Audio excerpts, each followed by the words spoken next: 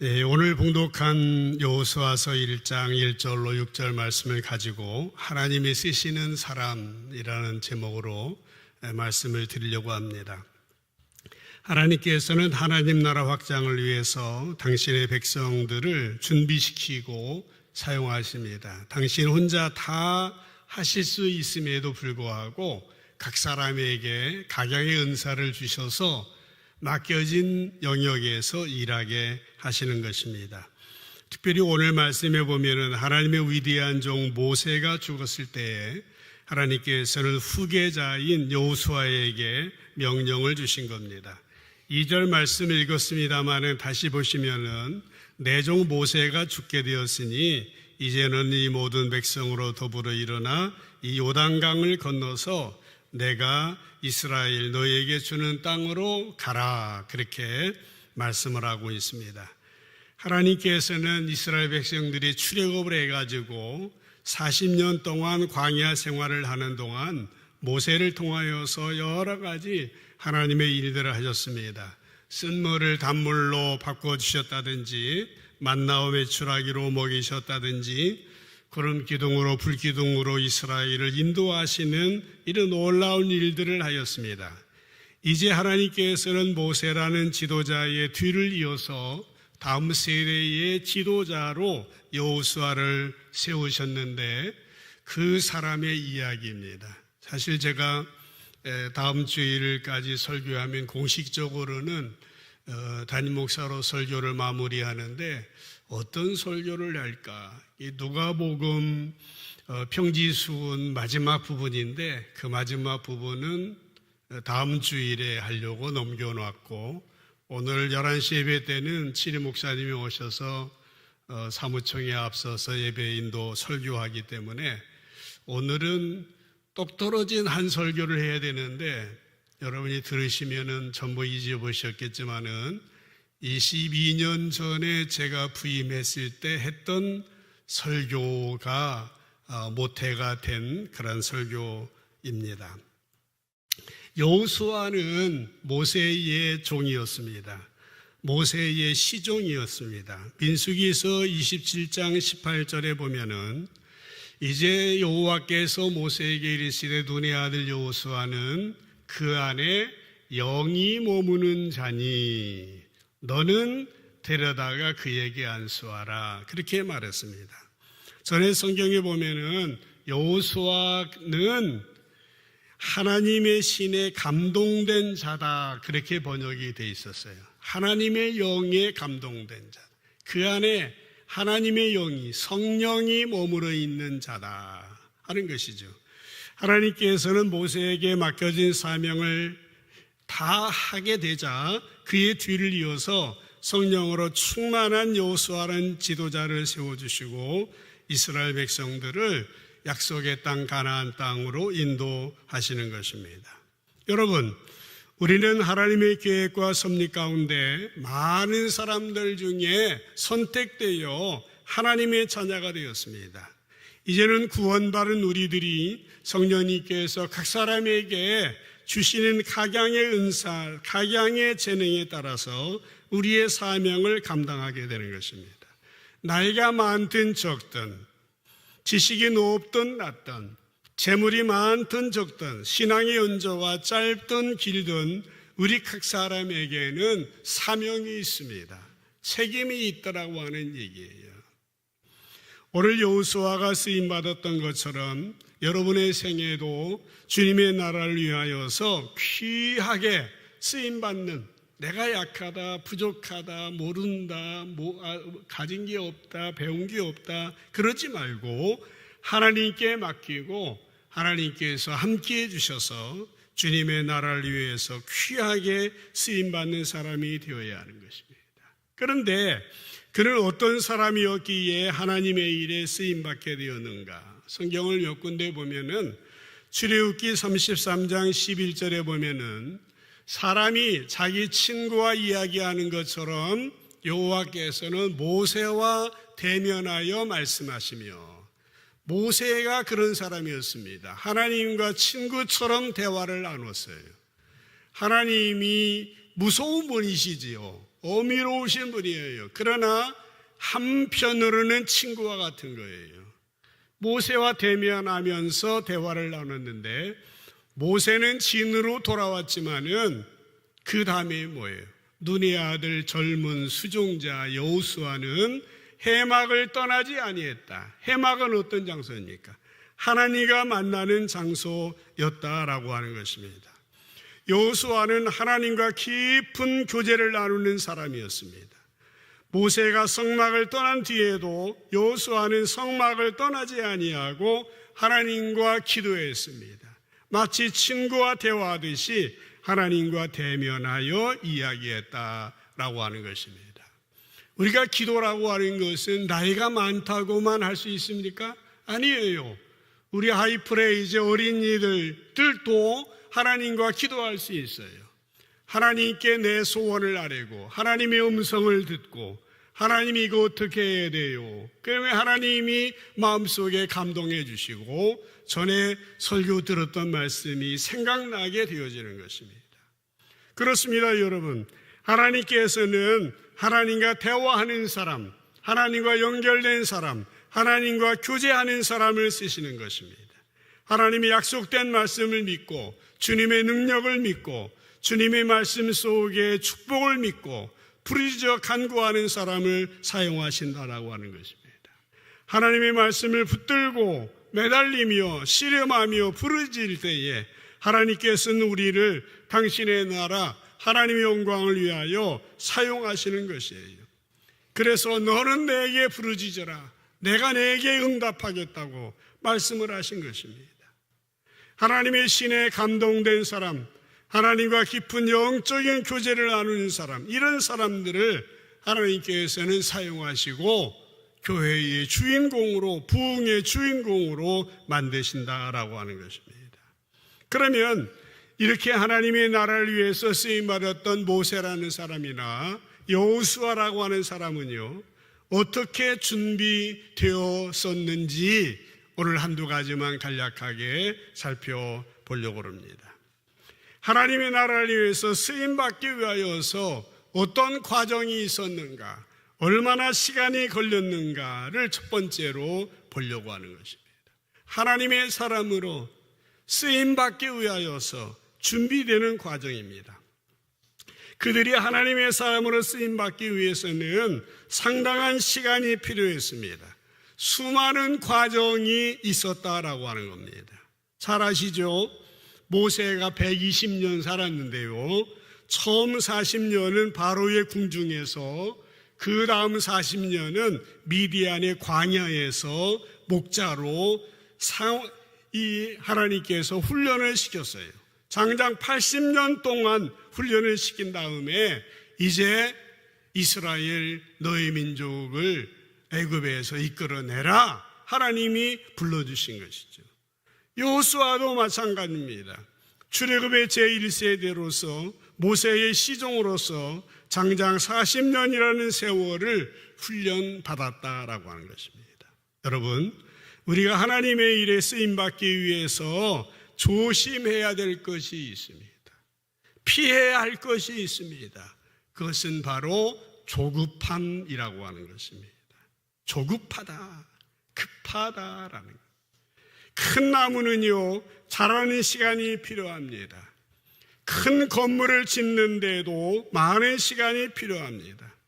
크게 쓰는 사람은 하루아침에 만들어지지 않아요. 하나님의 사람도 순식간에 만들어지지 않습니다. 오랜 시간을 통하여 준비되어야 됩니다. 오랜 시간을 통하여 연단되고 다듬어져야 한 사람의 인물이 나오는 겁니다. 우리 어린이들을 참여해서 오늘 참 감사하죠. 이 어린이들의 신앙이 이제 점점점 하나하나 벽돌이 한 장 한 장 쌓여지면서 큰 높은 건물이 이루어지는 것처럼요. 성경에도 소중하게 하나님이 사용한 인물들은 대부분 오랫동안 준비되었습니다. 하나님께 존귀하게 쓰여지기 위하여서 오랜 시간 준비가 필요하다라고 하는 것입니다. 이스라엘의 초대 왕으로 사울이라고 하는 사람이 있었습니다. 그는 고난 없이 왕이 되었습니다. 물론 왕이 처음 되었을 때는요, 겸손했어요. 그런데 준비 없이 왕이 되었기 때문에 그런지 그에게 힘이 주어지고 권력이 주어졌을 때 교만하게 됩니다. 조급한 마음을 가지고 하나님의 도를 지키지 않습니다. 결국 어떻게 됩니까? 왕이 된 지 2년이 되지 않아서 하나님께 버림받게 되어지는 것입니다. 교만한 마음, 불순종의 행동, 깨어지지 않은 성품으로 말미암아 하나님께 버림받게 되었다라고 하는 사실인 것입니다. 얼마나 안타까운 인생입니까? 반면에 두 번째 왕인 다윗이라고 하는 사람이 있습니다. 다윗의 생애는 고난의 연속이었습니다. 그는 양을 치는 목동이었을 때 부름을 받았지만은 많은 세월 동안 훈련을 받아요. 수많은 고난의 풀무불을 거쳤고 아픔의 터널을 거쳤습니다. 오랜 인고의 세월을 보내면서 그는 연단되었고 다듬어졌습니다. 그래서 결국 모세의 뒤를 이어서 이 다윗이라고 하는 사람은 이스라엘 하나님의 나라를 위하여서 귀하게 쓰임받게 되었고 결국 그는 예수님의 조상이 된 거 아니겠습니까? 마태복음 1장 1절에 보면은 아브라함과 다윗의 자손, 예수 그리스도의 족보다라고 하면서 마태복음 1장 1절이 시작되는 것입니다. 영국의 유명한 웹스터 사전이라는 명사전이 있습니다. 그 사전이 완성되기까지는 36년이나 되는 시간이 걸렸다라고 하는 것입니다. 이 바티칸에 가보면은 레오나르도 다빈치의 치유의 만찬이라는 그림이 있습니다만은 다빈치가 이 그림 한 편을 그리기 위해서 8년이라는 세월이 걸렸다고 하는 건 우리가 잘 알고 있는 내용입니다. 위대한 작품이 완성되기까지는 오랜 시간이 걸립니다. 빠른 속도가 능사가 아니에요. 빠른 성장이 중요한 게 아닙니다. 빠른 성공만이 중요한 게 아닙니다. 하루살이 곤충은 하루 만에 자라지만은 하루 만에 사라져버리게 되어지는 것입니다. 그러나 거목은 어떻습니까? 100년, 1000년 더 되게 자라지만은 마디마디 굳건함과 풍성함이 세상에 그 무엇이 다를 수 없는 것입니다. 조급해서는 안 돼요. 서두르지 않아야 됩니다. 늦을지라도 바른 길로 가야 됩니다. 정직한 길로 가야 됩니다. 바른 길이 아니면은 간 만큼 손해보는 거예요. 길이 아니면 가지 말아야 됩니다. 우리가 가는 길이 비록 험한 길이요, 협착한 길이요, 좁은 길이라 할지라도 그 길을, 주님이 가신 그 길로 걸어가야 하는 것입니다. 이 길이 바른 길이고 이 길이 옳은 길이며 이 길로 가야 되는 것입니다. 여러분, 우리는 그래서 신앙생활의 긴 여정 가운데 무엇이 바른 길이냐, 무엇이 옳은 길이냐를 알아야 됩니다. 그러기 위해서 준비가 필요하고 훈련이 필요한 것입니다. 제자는 훈련으로 태어납니다. 훈련되지 아니하면 쓰임받을 수가 없는 것입니다. 아무리 목소리가 좋다고 그래도, 아무리 노래를 잘한다 할지라도 훈련되지 아니하면 찬양팀으로, 예배자로 설 수가 없는 것입니다. 아무리 많은 열심을 내더라도 공동체에 어려움을 끼치게 되어지고 지치들에게 아픔을 줄 수도 있는 것입니다. 바른 길이 무엇인지 배워야 됩니다. 말씀 앞으로 나와야 됩니다. 과정에 성실해야 되는 것입니다. 준비가 필요한 겁니다. 그때 주님께서 분명히 우리와 함께 해주십니다. 동행해 주세요. 책임져 주시는 거예요. 나를 변화시켜 주시고 나를 통하여 공동체가 유익이 되고 나를 통하여 아름다운 열매로 축복해 주시는 것입니다. 이제 우리에게 시간이 필요합니다. 과정이 필요하다라고 하죠. 한때 열심히 있는 신앙은 주야 한번 소리 지르며 하늘에서 알라딘의 등불처럼 뚝 떨어지는 것이 좋은 신앙인 것처럼 생각이 되었지만은 그렇지 않습니다. 신앙은 과정이 필요합니다. 단계가 필요합니다. 봄, 여름, 가을, 겨울이 있는 것처럼 과정이 필요하다는 것입니다. 두 번째는 하나님이 쓰시는 사람, 이 모세나 여호수아 이 사람들은 어떻게 어디에서 준비되었나라고 하는 것입니다. 하나님이 준비시킨 곳은 광야였습니다. 좋은 환경 속에 있었던 것이 아니에요. 광야였다라고 하는 것입니다.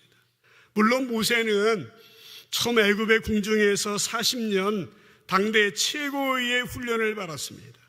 그러나 그것으로 쓰임받기에는 부족했습니다.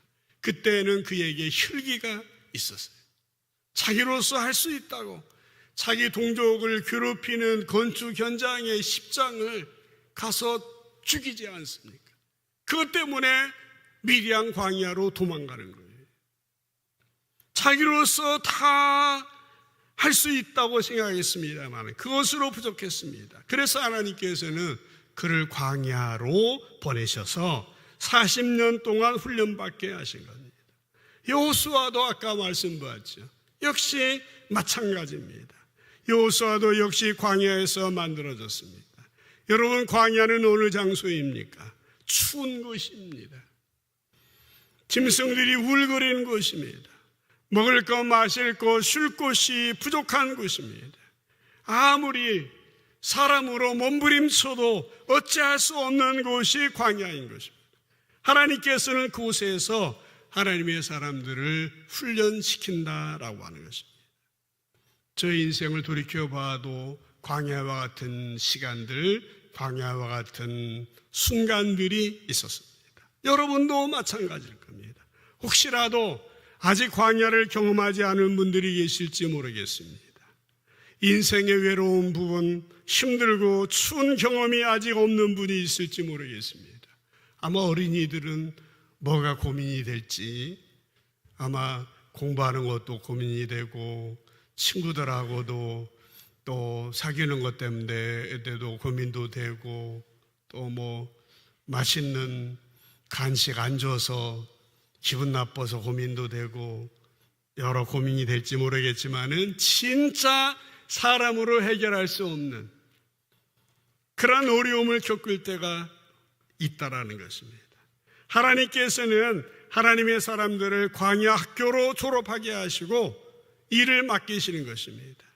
하나님께서는 그 광야 학교에서 우리들의 죄성을 깨트리시는 거예요. 우리의 자아를, 우리의 육성을, 우리의 인간, 너무나도 이기적인 인간됨을 깨트리시는 겁니다. 모세를 한번 보십시오. 그는 자아가 너무나 강한 사람이었습니다. 그는 자기의 힘과 능력을 의지하였고 자기가 무슨 일이 있는지 다 할 수 있을 것이라고 생각하였습니다. 사실 그가 그렇게 생각했던 것은 어떻게 보면 당연한 것입니다. 그는 바로의 궁중에서 이스라엘의 권력 서열 3위에 있는 사람이었습니다. 바로의 아들 다음에 서열이 3위였던 사람이었습니다. 그래서 이집트 왕자 아닙니까? 그러나 여러분 꼭 기억하시길 바랍니다. 하나님께서는 우리 인간의 자신감으로 당신의 일을 하게 하시지 않습니다. 우리가 준비되긴 해야죠. 우리에게 능력이 필요한 겁니다. 다듬어져야 돼요. 그러나 하나님께서 당신의 일을 할 때에 우리 자신으로 일하시 아니하십니다. 아무리 세상에 힘이 세다 할지라도 자아가 살아있으면 하나님은 꼭 그것을 깨트리시는 것입니다. 하나님은 강한 자아를 깨트리시기 위해서 우리를 광야 학교에 보내시는 것입니다. 광야에서 고난을 경험하게 하시고 연약한 자신을 보게 하시고 하나님을 의지하는 사람으로 만들어내신다라는 것입니다. 하나님이 귀히 쓰시는 사람은 시련을 통과한 사람이에요. 저는 우리 권사님들, 연로한 우리 성도님들 보면은 인생의 계급장 하나씩 달고 계신 분이다. 얼마나 많은 시련이, 얼마나 많은 아픔이, 얼마나 많은 역경과 고난이 있습니까?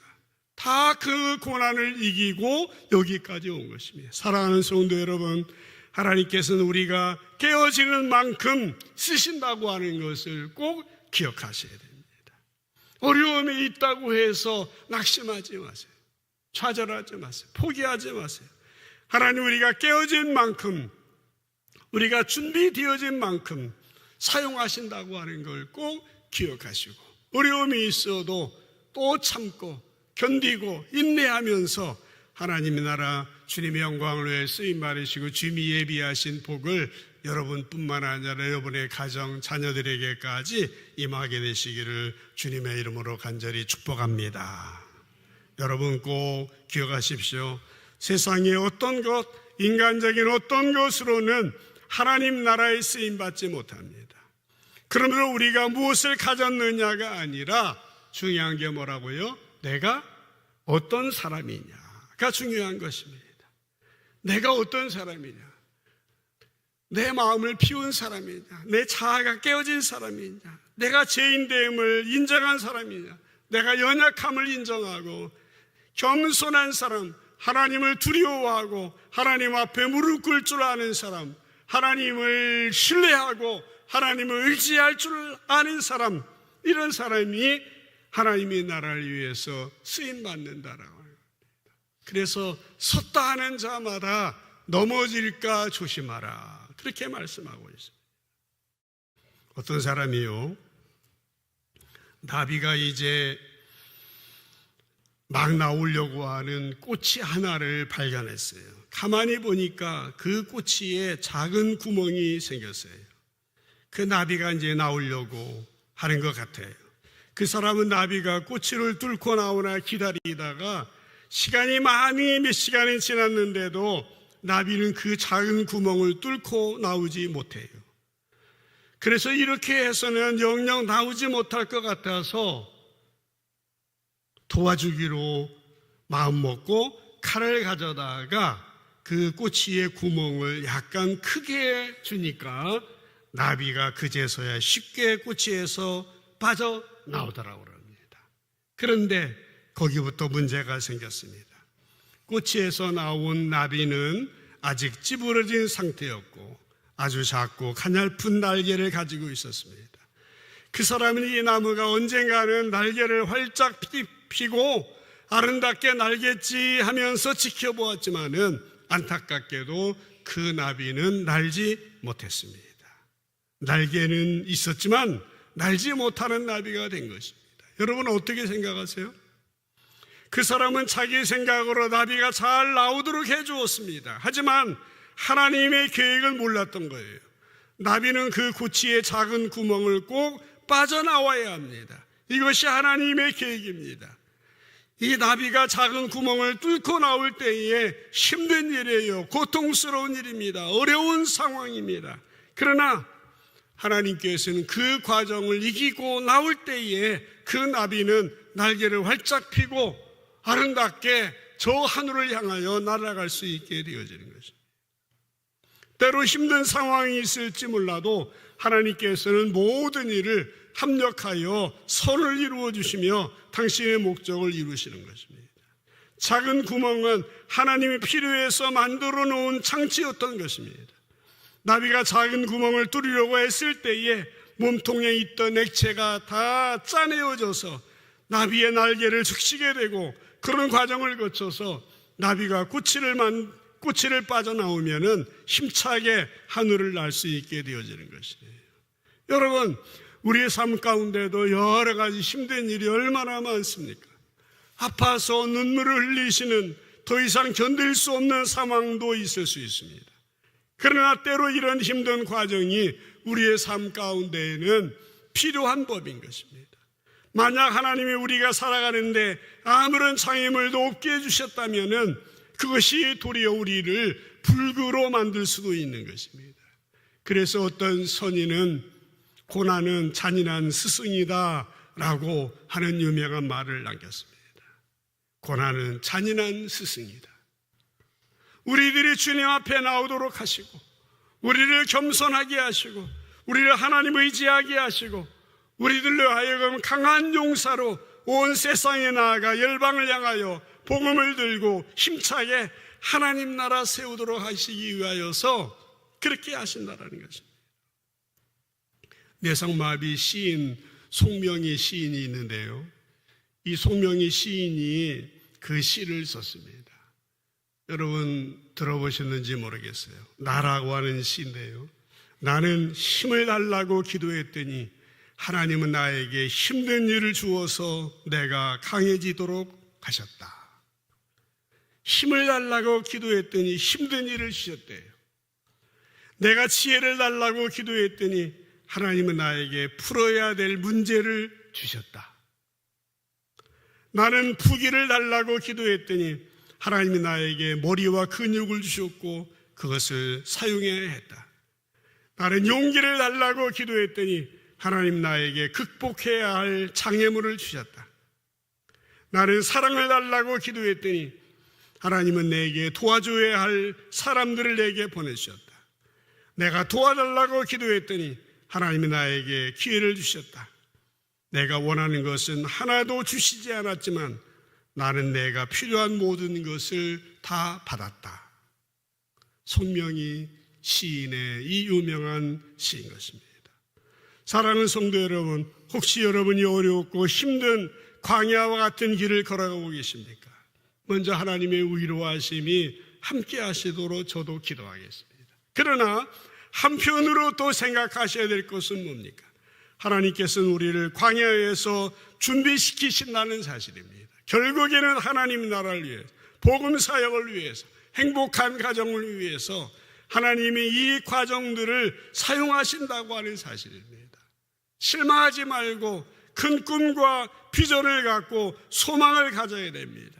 주님의 뜻을 믿고 순종하는 인생이 되어야 됩니다. 참 좋으신 하나님께서는 우리들에게 넘치는 복을 금생뿐만 아니라 다음 생에까지 넘치도록 부어주신다는 것입니다. 우리 삼성제일교회에 속한 모든 하나님의 백성들이 주님의 나라를 위하여서 아름답게 쓰임받게 되시기를 주님의 이름으로 간절히 축복합니다. 말씀을 마무리하겠습니다. 신명기 34장 9절 말씀에 보면은 모세가 눈의 아들 여호수아에게 안수하였으므로 그에게 지혜의 영이 충만하니 이스라엘 자손이 여호와께서 모세에게 명령하신 대로 여호수아의 말을 순종하였더라. 그런 말씀이 나옵니다. 여러분, 하나님의 축복은요, 위에서 아래로 내려옵니다. 모세가 여호수아에게 안수함으로 하나님의 영으로 충만하게 되었고 이스라엘 자손들은 여호수아의 지도력에 순복하여 복 있는 인생을 살게 되었던 것이에요. 여러분, 영적인 세계에는 권위와 질서가 있습니다. 하나님은 질서의 하나님이십니다. 하나님은 축복의 근원이 되십니다. 하나님의 하늘문을 열어주셔야만은 우리가 복을 누릴 수 있는 것입니다. 병도 고침받을 수 있고 문제도 해결될 수 있고 세상에 복을 받을 수 있는 것입니다. 우리는 이 하나님 나라 영적인 원리를 꼭 기억해야 됩니다. 우리 성도들은 정말 하나님께서 주시는 복을 마음껏 누리기 위해서 영적인 권위와 질서를 알으셔야 되는 것입니다. 제자들은 스승의 기도를 받고 기도 속에 성장합니다. 창세기 26장 12절에 보면은 이삭이 그 땅에서 농사하여 그 해에 100배나 얻었는데 뭐라고 했습니까? 여호와께서 복을 주심으로, 그렇게 말하고 있습니다. 신명기 1장 11절에 보면은 너희의 조상의 하나님 여호와께서 너희를 현재보다 1000배나 많게 하시며 너희에게 허락하신 것과 같이 너희에게 복 주시기를 원하노라. 그렇게 간구했습니다. 주님의 나라를 위해서 우리 삼성제일교회가 70년의 역사를 여기까지 하나님께서 인도해 주셨고 여러분들이 이 아름다운 공동체의 한 멤버가 되었습니다. 한 피와라 한 몸 이룬 형제와 자매로 주님이 부르시는 그날까지 우리에게 주시는 사와 재능을 잘 활용하여서 하나님 주신 복을 먼저 누리실 뿐만 아니라 그리고 주변에게 유익을 줄 뿐만 아니라 우리 한마음 한뜻이 되어서 좀 많은 영혼들을 주께로 인도해내는 여러분들, 우리 삼성제일교회 앞날이 될 수 있기를 주님의 이름으로 간절히 축복합니다. 기도하겠습니다.